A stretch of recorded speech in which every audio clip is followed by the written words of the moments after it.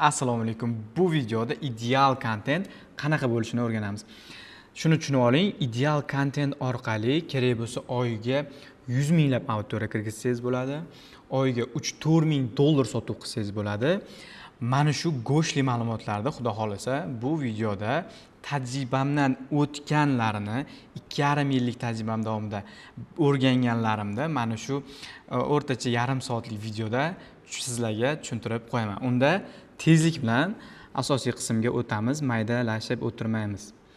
Xo'p, ideal kontentning asosiy 3 ta qismi bo'ladi. Ya'ni siz ideal kontent deganda mana bu narsani tushuning. Ideal kontent bo'lishi mumkin, ideal shaxsiy brend deb tushunsangiz ham bo'ladi.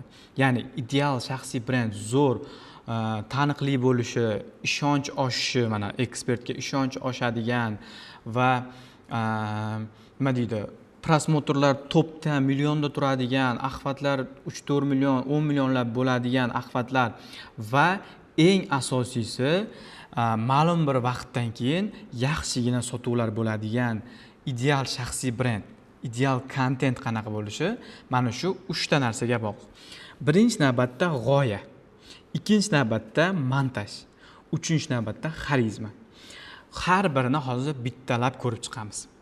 Mana shu 3 ta ustunga bog'liq shaxsiy brend va topda yurishi mana shu 3 ta ustunga bog'liq.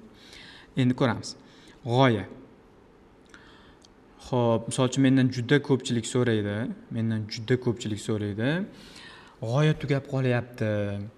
Qayerdan olaman g'oyalarni? Million prosmotr oladigan g'oyalar qanaqa bo'ladi? Mana meni auditoriyamni aniqladim.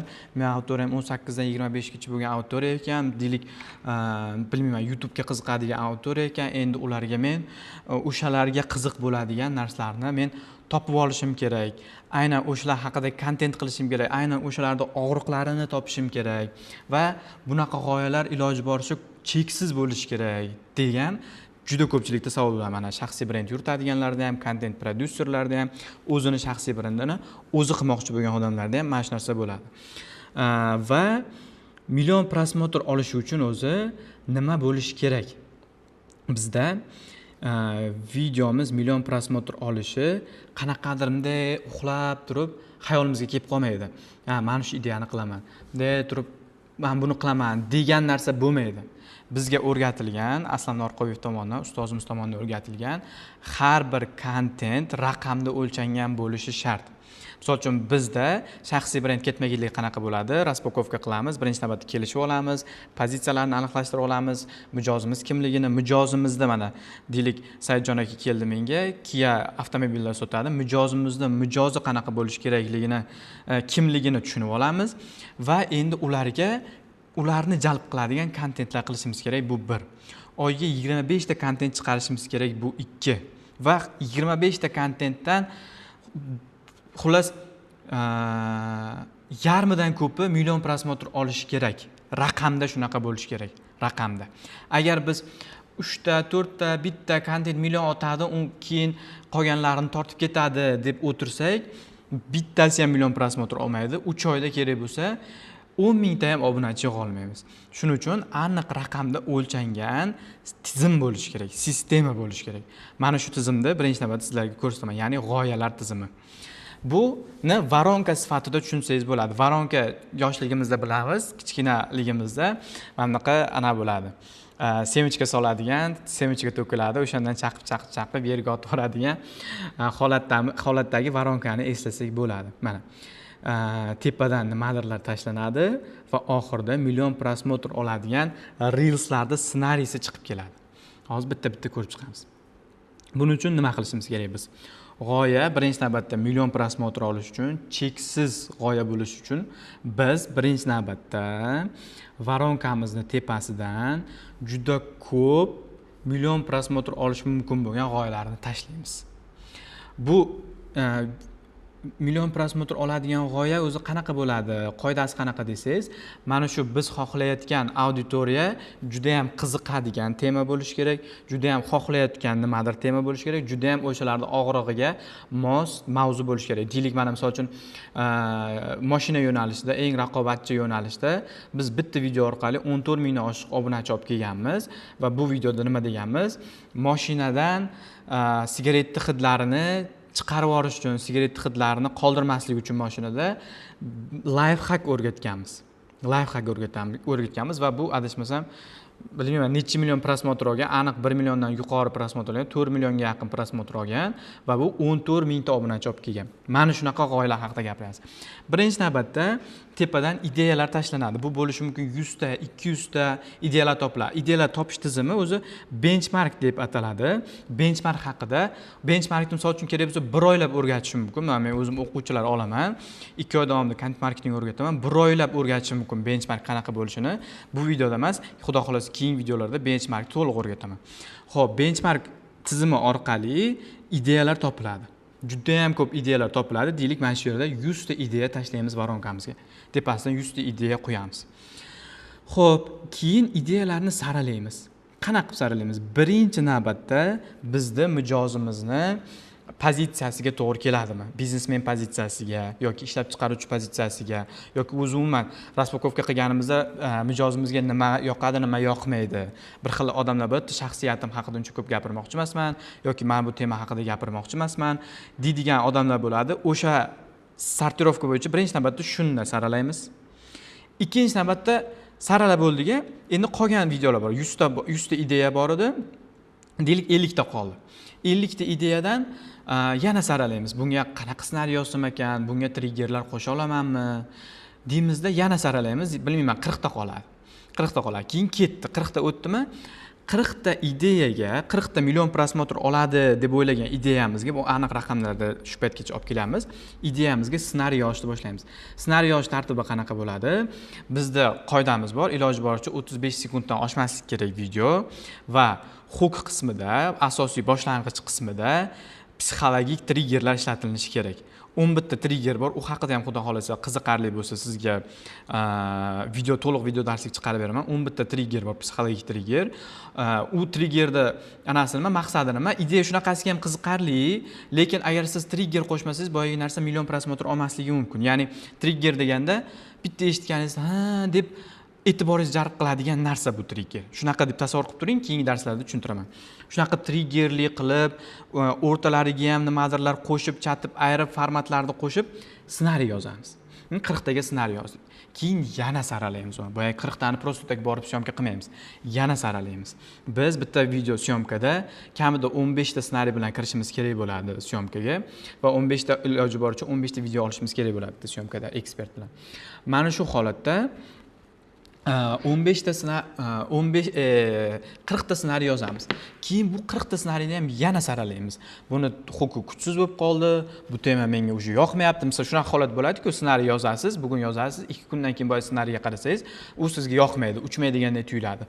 Ana shunday qilib saralab 15 ta qoldiramiz. Boyaga 15 ta hammasi million prosmotr olishiga ishonchimiz komil bo'lishi kerak. Mana shu 15 ta million prosmotr olishiga ishonchimiz komil bo'lgandagina bitta, ikkita yo 3 tasigina uchadi. 15 ta olib bo'ldik, 15 tadan bitta, ikkita yo 3 tasi uchadi. Hammasini o'zi shunaqasiga ham million prosmotrli qilib olyapmiz. Shunda ham lekin hammasi uchmaydi. Yo u sabab bo'ladi, yo bu sabab bo'ladi, yoki akkauntimiz 0 akkaunt bo'ladi. Ko'pchilik so'raydi, qanday qilib 0 akkauntda sizlar mana shunaqa katta natijalar qilasiz? Hozir natijalardan bo'lsa, mana shunaqa katta natijalar qilasizlar deb aytadi. Sababi mana shunda. Va yana bitta menga yoqmaydigan narsa bor. Mana bu klientlar, mijozlar so'raydi, bu uchdi, bu uchmadi. Mana bu o'zi uchadigan g'oya edi deydi. Men asabim buziladi o'sha joyda. O'zi hammasi uchadigan g'oya edi. Faqat xarizmasi tufayli yoki boshqa narsa tufayli, qaysidir sabablar tufayli uchmay qolgan bo'ladi. Xo'p, shunaqa 15 ta shuncha narsadan saralangan, shuncha etaplardan saralangan 15 ta ideya bilan, 15 ta ssenariy, tayyor ssenariy bilan syomkaga kiramiz. Endi mana shuncha mehnatlar natijasida biz qanaqa narsa olamiz? Bitta ko'rsataman sizga. Shu joyi eng kayf joyi. Mana bosamiz. Bu videoyimiz Cho'ta internetimiz qotyapti. Sizga aytaman, hozir bu ochguncha bu videomiz meni birinchi kasb mediada ishlagan paytimdagi mijozlarimdan bittasi Alisher akamiz 229 ming like, hali prosmotr emas, 229 ming like olgan. Mana shunaqa sortirovkadan o'tgandan keyin 10 million prosmotr olgan. 10 million prosmotr. 6 milliontasi axvachindi, ya'ni как bitta odam 1-2 marta emas, haqiqatdan ko'rgan odamlar 6 millionta. O'zi Instagramda 11-12 millionta O'zbekistonda jonli obunachisi bor. Va eng zo'r joyi 127 mingta obunachi kirgan. Bitta videodan 127 mingta obunachi kirgan. Mana shunaqa siz mehnat qilib, saralab qilasiz. Xudo beradi, avvalambor Xudo beradi. Biz faqat sababiyatni qilamiz. Hamma sababiyatlarni qo'shamiz ssenariyning ichiga va bizga 127 mingta obunachi keladi. Mana shunaqa anaqalarimiz natijasida. Hozir buni ochmayapti, cho'ta internet yaxshi internet yaxshi ishlamayapti. Sizga qiziq bo'lsa, mana shu videoni tashlab beraman. 1 sekund. Xo'p. Endi mana shunaqa natija olamiz. Bitta videodan 127 mingta obunachi kelish ehtimoli bo'ladi o'shanda. Endi jamcha bo'lmaydi. Bu Xudo berib olmadim kelib shunday bo'lib qolgan. Bu menimcha O'zbekistondagi rekordlardan bittasi. Mana shunaqa bo'lgan. 127 mingta obunachi keladi. Mana shunaqa ishlarni bajarganingizdan keyin bu shaxsiy brendimizni ideal darajada ko'tarishimiz uchun ustunlardan birinchisi. Bu narsaga agar siz qaysidir agentstva bilan shaxsiy brend yurgizadigan agentstva bilan ishlayotgan bo'lsangiz, bu narsaga o'sha agentstva javobgar bo'ladi yoki o'sha content manager, masalan men content manager, content marketolog bo'lsam, g'oyaga men javobgarman. G'oyasiga mana shu 3 ta anaqadan, 3 ta ustundan eng asosiy g'oyasiga men javobgar bo'laman. Endi montaj anaqasi keldi. Ko'pchilik aytadi, montaj muhim emas. Birinchi navbatda ideya zo'r, ssenariy zo'r bo'lsa bo'ldi, uchib ketadi. Yo'q, montaj ham muhim, xarizma ham muhim, hamma narsa muhim. Xarizmaga ham kelamiz. Endi qarang, montaj. Montajda asosiy ikkita narsa bo'lishi kerak. Hook joyidagi va attention boost degan narsalar zo'r bo'lishi kerak. Hozir bitta-bitta tushuntiraman. Birinchi navbatda hook. Hookda nimalar bo'ladi bizda? Vizualniy hook bo'ladi.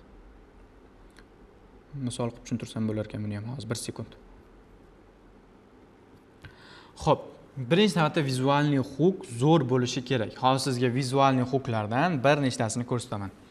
Mana Sirojiddin akamizda qilganmiz.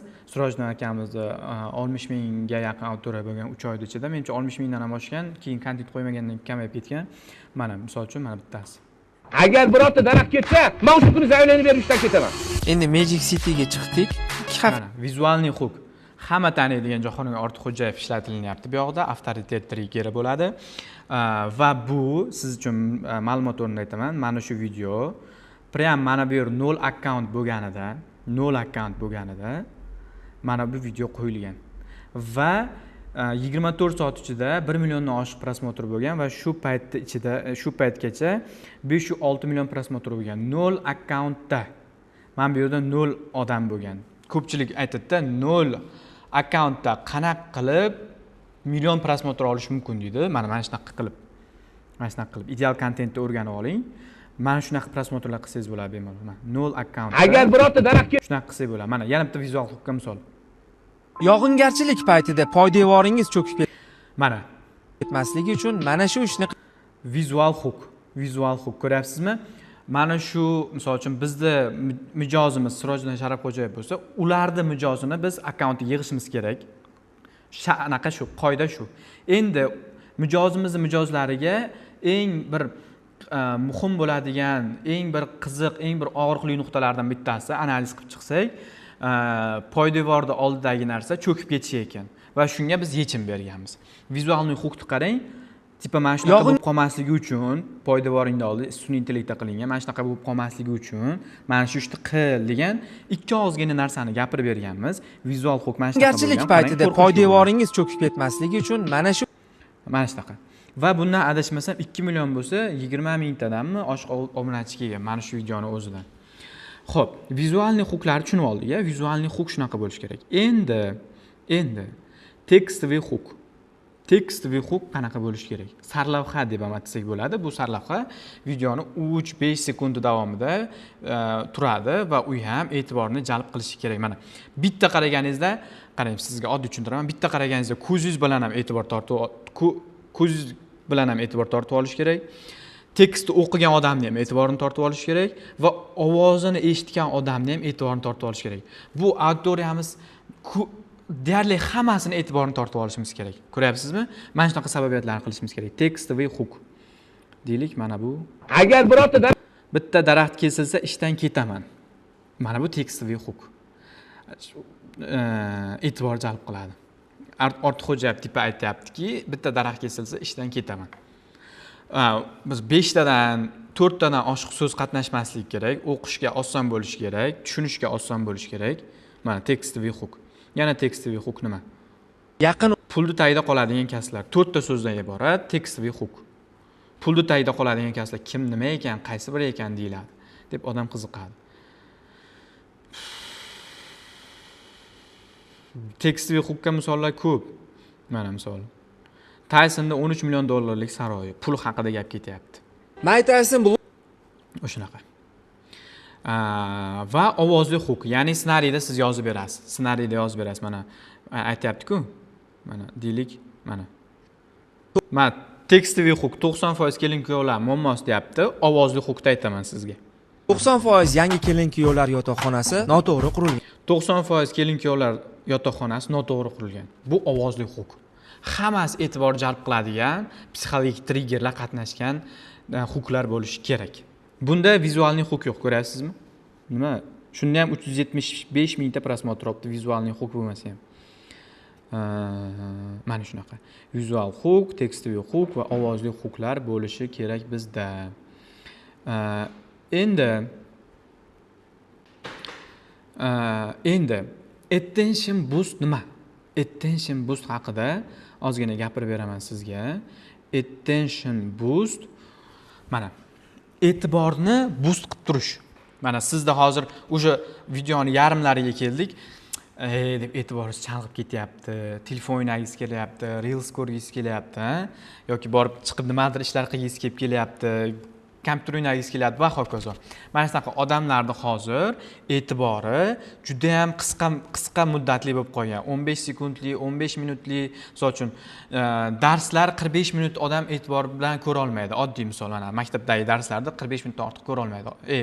45 minut ko'ra olmaydi, 10 minut uje bola zerikib qoladi.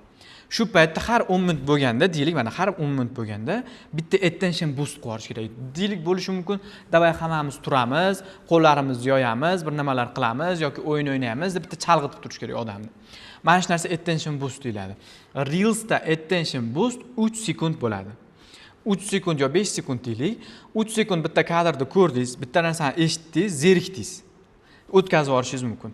Yana ko'rdingiz, yana zerikdingiz, o'tkazib yuborishingiz mumkin. Shunda attention boost kerak. Ya'ni anaqaga, diqqatga bitta boost berib yuborish kerak. O'zbekchasini bilmayapman. Bitta gaz berib yuborish kerak diqqatga, bitta uyg'otib yuborish kerak diqqatni. Bu narsa qanday amalga oshiriladi desa, har 3-5 sekundda kadrlar almashib turishi kerak. Anaqa videoni o'tkazib yubormaslik uchun odam qancha oxirigacha ko'rsa reelsda, Instagram tushunadiki, bu qiziq reels ekan, bu foydali reels ekan deydi, qolganlarga ham tavsiya qiladi va million prosmotr oladi. Attention boostga hozir misollar ko'rsataman. Deylik, bizda kimlar bor? Saidjon Tursunov.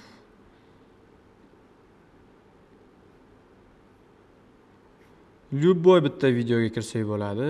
Attention boost mana shunaqa bo'ladi, mana qarang. Equinox yoki Kia Sportage qaysi bir mana tirs almashyapti. olganim yaxshi. Agar sizga ko'ryapsizmi? zamonaviy dizayn, eng oxirgi texnologiya, tejamkor benzin rasxod va oilangiz uchun uzoq yo'lda qulaylik kerak bo'lsa, Kia Sportage eng zo'r tanlov. Kadr almashib turibdi, mana. Men million prosmotr olganini ko'raman. Tekstoviy huquq bor, katta yo'llarda furolarga yaqin yurmang. Ko'rasizmi? Tekstoviy huquq bor, vizualniy huquq ham bor. Katta yo'llarda umuman furolarga yaqin yurmang. Birinchidan Endi attention-busga e'tibor berib turing. Furalarning old qismiga yaqin yurganingizda, agar sizga yetib olsa, mashinani ezib qo'yishi hech gap emas. Almashadi. Ikkinchidan, fura haydovchisiga yon tomonlar to'liq ko'rinmaydi. Agar siz furaga yon tomondan yaqin yursangiz, sizni ko'rmasdan bosyapti. Shunday qilib odamni e'tiborini ushlab turish mumkin. Ilojimiz yo'q akalar, ilojimiz yo'q. Mana shunaqa narsa qilmasak bo'lmaydi. Chunki odamlarning miyasi qisqa kontentlarga o'rganib qolgan va juda ham tez zerikadigan bo'lib qolgan. Bu dopamin tizimi buzilganidan. Ilojimiz yo'q. Mana shunaqa narsalar qilishimiz kerak. Biz misol uchun yo'nalishdan chiqib ketmayapmiz, biz noqonuniy narsa yoki misol uchun diniy narsaga muvofiq narsa qilmayapmiz, foydali kontent beramiz va iloji boricha ko'proq odamga ko'rsatadigan qilib sababiyatlarni qilyapmiz. Bu menimcha noto'g'ri emas. Endi montajda mana shu narsalarga e'tibor berish kerak. Bitta takror olamiz. Hukni zo'r qilish kerak. Huk qismini zo'r qilmasangiz, o'rtasini zo'r montaj qilganingiz bilan befoyda, huk qismini zo'r qilmasangiz o'tkazib yuborishadi. Va har 3-5 sekundda kadrlarni almashtirib turishimiz kerak. Odam o'tkazib olmasligi uchun. Endi 3-chi eng asosiy qismlardan bittasiga keldik. Ya'ni bu mana shu yerda o'tirgan ekspertga kerakli qism mana qarang. Yana bir marta aytaman, agar siz biznes egasi yoki ekspert bo'lsangiz va shaxsiy brendingizni qanaqadir jamoalarga topshirgan bo'lsangiz, mana bu ikkita narsaga o'sha jamoa javobgar bo'ladi. Montaj zo'r chiqishiga, g'oya zo'r bo'lishiga, ssenariy zo'r bo'lishiga bu javobgar bo'ladi. Xarizmaga esa siz javobgar bo'lasiz. Lekin xarizmani oshirish usullaridan foydalanamiz biz. Mana sizga o'sha montaj xarizma qismiga o'tamiz. Mana qarang. Xarizma qismida men mana bu yerda ishlagan odamlarni yozganman. Deylik, Alisher Turapovga hozir Alisher Turapov akkauntini nomini o'zgartirib, do'konini almashtirib yuboribdi. Afsuski, ishlamayapmiz chunki bu odamlar bilan. Alisher Turapov 3 oyda 330 ming auditoriya qilib berganmiz, 90 million axbat olgan. 3 oyda 330 ming auditoriya qilib berganmiz, 3 oyda. Boyagi 127 mingta bitta Reelsdan kirgan odamning profili. Xo'p, men sizga hozir xarizmani tushuntirib beraman. Keyingisi Abdulaziz Mansurov 4 oyda 90 mingtadan 93 mingtadan 210 ming, 220 ming atrofida qilib berganmiz va bu narsa masalan ustozlarimizni Aslanor Qobilovni varonkalari, har xil tizimlari orqali mana shu akkauntdan 300 mingtalik akkauntdan 1 yilda 11 oydami 1 million dollarlik sotuvlar bo'lgan. Sotuvchi kontentlar ham ko'p qilardik Abdulaziz akada. Xo'p, Sirojiddin aka boya ko'rsatdim. 3 oyda 60 mingta auditoriya to'plagan va Nirvana, Madera Tower, Amerikadan zakazlar tushgan, boshqa O'zbekistondan tashqari qo'shni davlatlardan zakazlar tushgan. Saidjon Tursunov men olgan paytim 10 mingta edi, 2 oyda 54 mingtaga chiqardik, 44 mingta va raqobatchi kuchli yo'nalish. Bu mana mashinalar yo'nalishi O'zbekistonda prem raqobat kuchli yo'nalish. Va bunda mana qarang sizga. Kuchli yo'nalishda qarang, masalan men 54 mingtada chiqib ketgan bo'lsam, juda tez miqdorda 120 mingta raqobatchi kuchli yo'nalishda ideal kontent qilish orqali mana shunaqa natijalar qilishgan. Va men o'zim 54 mingtaga yetganda chiqqanman bu anaqadan, proyektdan yorib chiqqanlar, prem yorib chiqqanlar. Xo'p, Muhammad aka hozir ishlayotgan, hozir ko'rsangiz bo'ladi, birga ishlayapmiz. 3 oyda 30 mingdan oshiq auditoriya qilganmiz. Mana o'zining profillarini ko'rsatay. O'zining profillarida yaqinda 4 milliondan oshiq anaqa bo'lib ketibdi. Auditoriyasi, axvat. Xo'p, mana shunaqa. Bu odamga biz, misol uchun hozir men sizga ham deb tushuntiray, bu odamga biz uje mana boshlaganmiz, uje 1-oyda o'zidan tugashi bilan 2-oyda o'rtalarida uje odamlar yozib yotibdi Telegram anaqasiga, direktiga. Aka, kursingiz bormi? Bu yoqda mana shu o'quv markazida dars o'tadilar. Kursini so'rab, men ham o'rganmoqchiman, uzun marketni qanaqa boshlashim kerak, balobatlar, sotuvlar bang bo'lib ketgan. Uje keyin zapusk ham qo'yganmiz bu bratanga. Mana shu kursini zapuskatdan ham qo'yganmiz, ommaviy sotish uchun.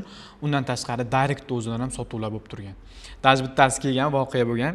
Bitta odam kelganda, mana bu odam kim deb ko'rsatgan.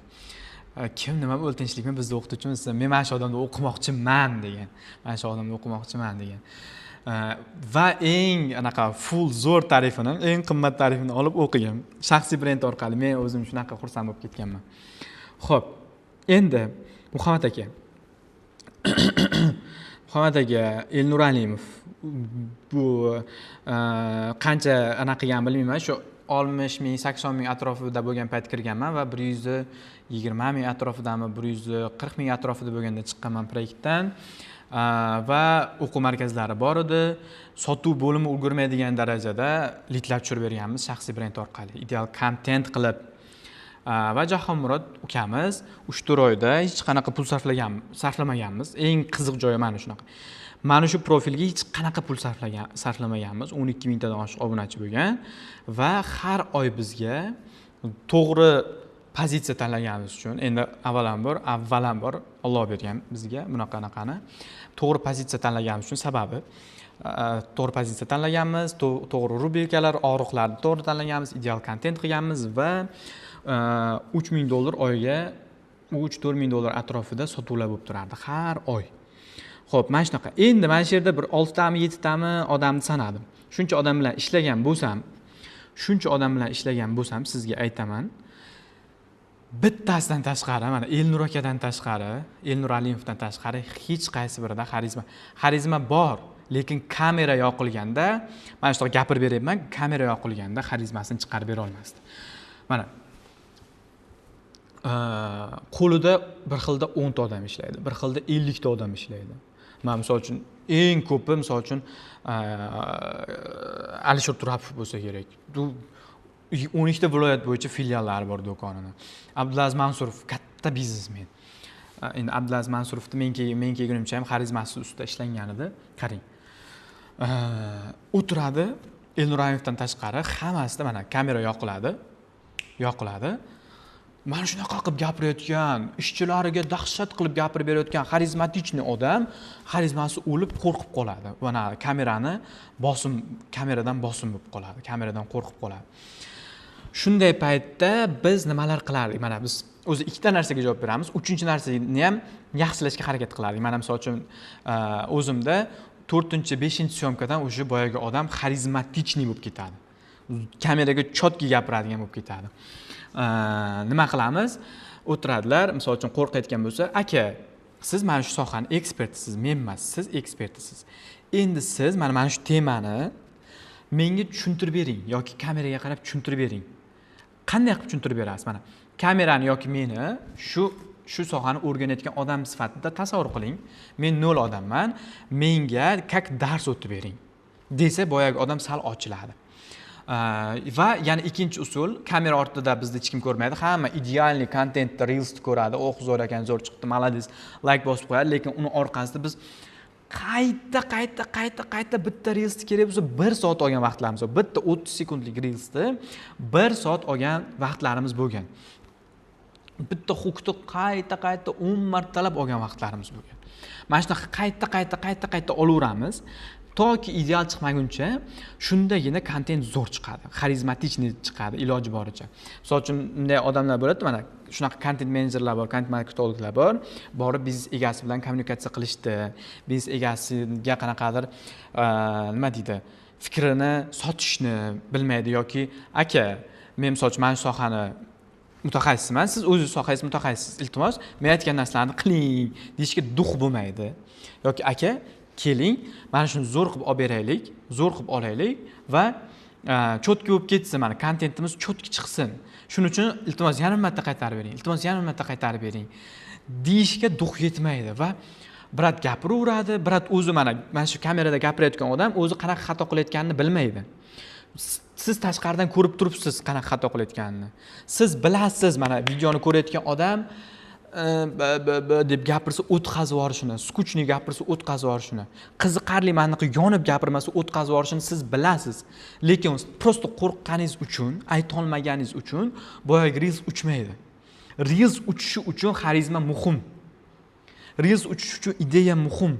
Reels uchishi uchun montaj muhim. Montajyoringizga ham yaxshi chiqmaguncha qayta qildiring. Videoingiz mana eng yaxshi ideya chiqmaguncha qayta izlanavering. Sizni anaqangiz mijozingiz yaxshi gapirib bermaguncha qayta syomka qilavering, talabchan bo'ling. O'zingizga nisbatan ham, jamoangizga nisbatan ham, mijozingizga nisbatan ham. Shundagina sizning kontentingiz ideal chiqadi. Prям ideal chiqadi, xudo xolasa. Mana shunaqa. Xo'p, bir marta takrorlab olamiz. Nimalarni o'rgandik biz? Birinchi navbatda Reels voronkasini o'rgandik. Nechta tepadan ideya tiqiladi, pastdan nechta video olinadi, ssenariy olinadi. Mana shu narsa bo'lmasa, bilib qo'ying, mana shu narsa bo'lmasa, video uchmaydi.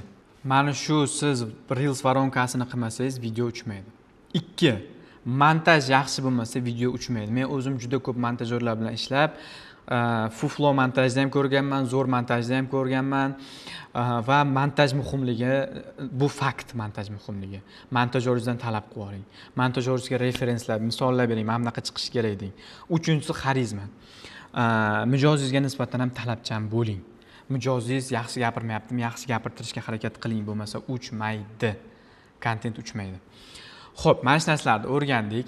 Agar savollaringiz bo'lsa, video tagida yozib qoldiring. Xudo xolasa bilganimcha javob beraman va xudo xolasa keyingi darsliklarda benchmark nima, triggerlar nima, content marketing nima, mana shu narsalar haqida o'rgataman. Like bosing, bilmayman. Mana shu amaliyotlarni qiling agar video yoqqan bo'lsa. Sizlar bilan Hasan Turmurodov bo'ldi, content marketolog. Xullas videoga like bosib qo'ying.